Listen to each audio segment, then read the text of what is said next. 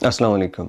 Immigration के मुतालिक हम जो वीडियोस बनाते रहते हैं उसका सिर्फ़ एक ही मकसद होता है कि आप पाकिस्तान से बाहर जा रहे हैं या पाकिस्तान वापस आ रहे हैं। आप जाने और आने से पहले अपने डॉक्यूमेंट्स पूरे करके रखें ताकि आपको कोई दिक्कत का सामना ना करना पड़े। एक ख़बर आपसे दे रहे हैं, एक ऐसा पाकिस्तानी जो 5 साल कानूनी तौर पे तुर्की में गुजार के वापस पाकिस्तान आया तो उसे इमिग्रेशन डिपार्टमेंट ने धर लिया और उसे इंतहाई दिक्कत का सामना करना पड़ा, क्योंकि वो कह रहे थे कि आपका कोई रिकॉर्ड नहीं है सिस्टम में और आप गैर कानूनी तरीके से जो मफरूर रास्ते हैं उनके ज़रिए आप तुर्की गए हो, लिहाजा आपको हम डिटेन कर रहे हैं, आपको गिरफ़्तार कर रहे हैं और आपको जेल जाना होगा। अब ये वो बंदा था जो बिल्कुल गैर कानूनी तरीके से नहीं गया। तो ये मामला किसी के साथ भी हो सकता है, चाहे वो सऊदी अरब से आ रहे हैं, किसी और मुल्क से आ रहे हैं।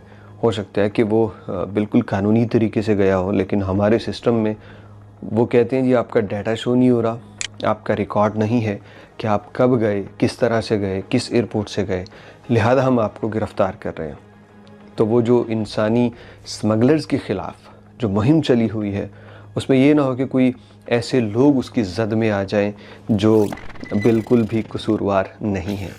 इस स्टोरी को बहुत से मीडिया प्लेटफॉर्म ने कवर किया और उन्होंने फिर बताया कि जो भाई साहब ये तुर्किया से आए हैं, तो फिर उन्होंने अपने सवाल करने वाले इदारों को बताया कि मैं पेशावर के एयरपोर्ट से तुर्किया गया था और मैं लीगल तरीके से वीज़ा लेके कानूनी तरीके से गया हूँ, लिहाजा मैं कोई इल्लीगल बंदा नहीं हूँ, मुझे आप नहीं पकड़ सकते और ना मेरे ख़िलाफ़ कोई कार्रवाई कर सकते हैं।